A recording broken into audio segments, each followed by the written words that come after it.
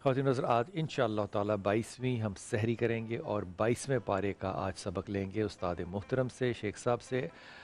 22ویں پارے میں 3 صورتیں ہیں اور چوتھی صورت جو ہے وہ پچھلے 21ویں پارے سے اس کا اوور فلو ہے۔ احزاب جو ہے وہ پچھلے پارے سے کنٹینیو کر رہی ہے۔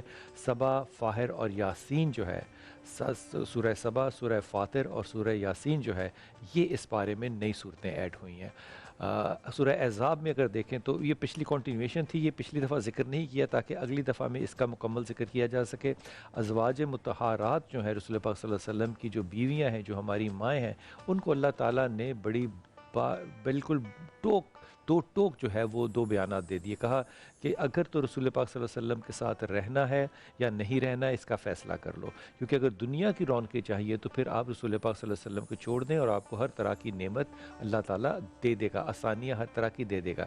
لیکن اگر آخرت کی نعمت چاہیے اور رسول پاک صلی اللہ علیہ وسلم کا ساتھ چاہیے تو پھر یہ دنیا جو ہے وہ قربان کرنی پڑے گی اور انہی حالات میں رہنا پڑے گا۔ اور صرف یہاں بات ختم نہیں کی، اللہ تعالیٰ نے پھر اس کے بعد ایک حکم جاری کیا ہے ازواج مطہرات کے لیے کہ دیکھو، اور یہ سب کے لیے ہے، اور اس بات کو میں کم کہے کو ذرا زیادہ سمجھیے گا، یہ جو لچکدار لہجہ ہوتا ہے نا خاتون کا، اللہ نے اس سے سختی سے منع کیا۔ بھائی خدا کے واسطے اگر یہ میں خود بات کہوں تو لوگ اس پہ ہیومن رائٹس کا کہیں فتویٰ نہ لگا دیں، یہ اللہ نے کہا ہے کہ یہ لچکدار لہجہ، نرم لہجے میں بات نہیں کرنی ہے، دب دبا کے کھناتی آواز میں بات کرو۔ وہ جو میں لفظ نہیں استعمال کرنا چاہتا، اس لہجے میں بات نہیں کرنی۔ یہ میری پیاری بہنوں، بیٹیوں، ماؤں، خدا کے واسطے اس بات پہ غور کرو۔ گھر سے باہر کم نکلو اور سوائے کام کے اور باہر نہیں جانا۔ پھر کہا کہ اپنی زینت کی چیزوں کو چھپاؤ، نماز کو قائم کرو۔ پردے کا حکم واضح طور پہ اللہ نے دیا ہے بھائیو، زکوٰۃ دینی ہے، رسول کی اطاعت کرنی ہے، اور قرآن اور حدیث کا تذکرہ اور ذکر کرنا ہے، یہ بھی میری ماؤں کو حکم دیا گیا۔ اس لیے اگر دیکھیے تو ام سلمہ دیکھیے، حضرت حفصہ دیکھیے، حضرت اماں عائشہ دیکھیے، وہ تذکرہ حدیث، تفسیر حدیث بھی کرتی ہیں، اور تذکرہ حدیث تو یہاں تک کرتی ہیں کہ حضرت عمر کے بیٹے عبداللہ کی بھی وہ اور حضرت عبداللہ بن مسعود کی بھی وہ درستگی کرتی ہیں حدیثوں میں جہاں پہ کہ وہ غلط ہوتے ہیں۔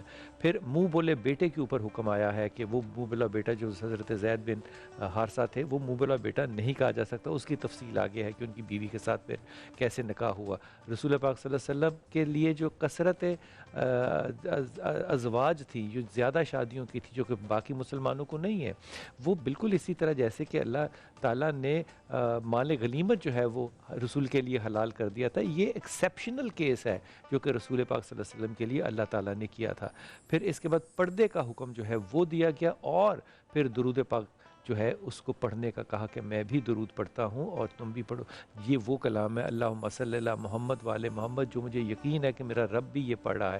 مجھے اور کسی کلام کا نہیں پتہ جو میرا رب پڑھا ہے، لیکن اس کلام کا مجھے پتہ ہے اور یہی کلام میں پڑھتا ہوں۔ اور پھر اس کی فضیلت کا بڑی تفصیل سے ذکر ہوا ہے۔ سورہ سبا جو ہے یہ ان 5 صورتوں میں سے ہے جن کی ابتدا جو ہے وہ الحمدللہ سے ہوئی ہے۔ حضرت داؤد علیہ السلام، حضرت سلیمان علیہ السلام کا ذکر ہے۔ حضرت داؤد علیہ السلام کو اللہ تعالیٰ نے موسیقی کی جو ٹھن تھی، جو کہ ابیلٹی تھی، وہ دی تھی۔ آپ کی آواز بہت اچھی تھی، لوہا کو آپ ہاتھ لگاتے تھے تو لوہا جو ہے وہ اپنی حیت کو، شکل کو بدل دیتا تھا۔ حضرت داؤد جو ہے وہ پہاڑ، چڑیاں، سب چیزیں جو تھی یہ ان کے ساتھ مل کے گاتی تھیں۔ حضرت سلیمان کو جو فضیلت تھی وہ پرندوں پہ، ہواؤں پہ اور ان کی آوازوں کو سننے پہ دی تھی۔ پھر اہل سبا کا قصہ ذکر ہے جس کے اندر یہ کہا گیا کہ وہ کس طرح تکبر کرتے تھے اپنی نعمتوں کے اوپر، پھر اللہ تعالیٰ نے ان کو تباہ کیا۔ سورہ فاطر جو ہے یہ پیدا کرنے والے کو فاطر کہتے ہیں، یہ پیدا کرنے والے کا توحید کا، دعوت کا، شرک کا پہ عمل نہ کرنے کا، حق پر قائم رہنے کا جو حکم ہے وہ دیا گیا۔ مرنے کے بعد کا جو ذکر ہے اس کا تذکرہ بڑے لمبے طریقے سے کیا گیا، اور پھر یہی وہ سورہ ہے جس میں کہا گیا کہ بات سنو، اندھے اور آنکھ والے ایک جیسے ہو سکتے ہیں، پڑھے لکھے اور ان پڑھ ایک جیسے ہو سکتے ہیں۔ یہ ذکر اور یہ تذکرہ کہ عالم کے ساتھ غیر عالم جو ہے اس کا مقابلہ نہیں ہو سکتا، دیندار کے ساتھ، تقوی والے کے ساتھ غیر تقوی والے کا مقابلہ نہیں ہو سکتا۔ پھر سورہ یاسین ہے جس کے اندر توحید، رسالت اور آخرت، یہ 3 بیسک مضمون ہے۔ توحید، رسالت اور آخرت بیسک مضمون ہے۔ پھر اس کے اندر بہت سے صحابہ کی ہمیں روایتیں جو ہیں وہ ملتی ہیں جس میں کہ جادو کے لیے اس صورت کو پڑھنا، یہ موت کو آسان کرنے کے لیے پڑھنا، اور یہ جید صحابہ جو ہیں یہ ان کے اقوال ہیں۔ آئیے شیخ صاحب سے آج کا سبق لیں اور لطف اندوز ہوں۔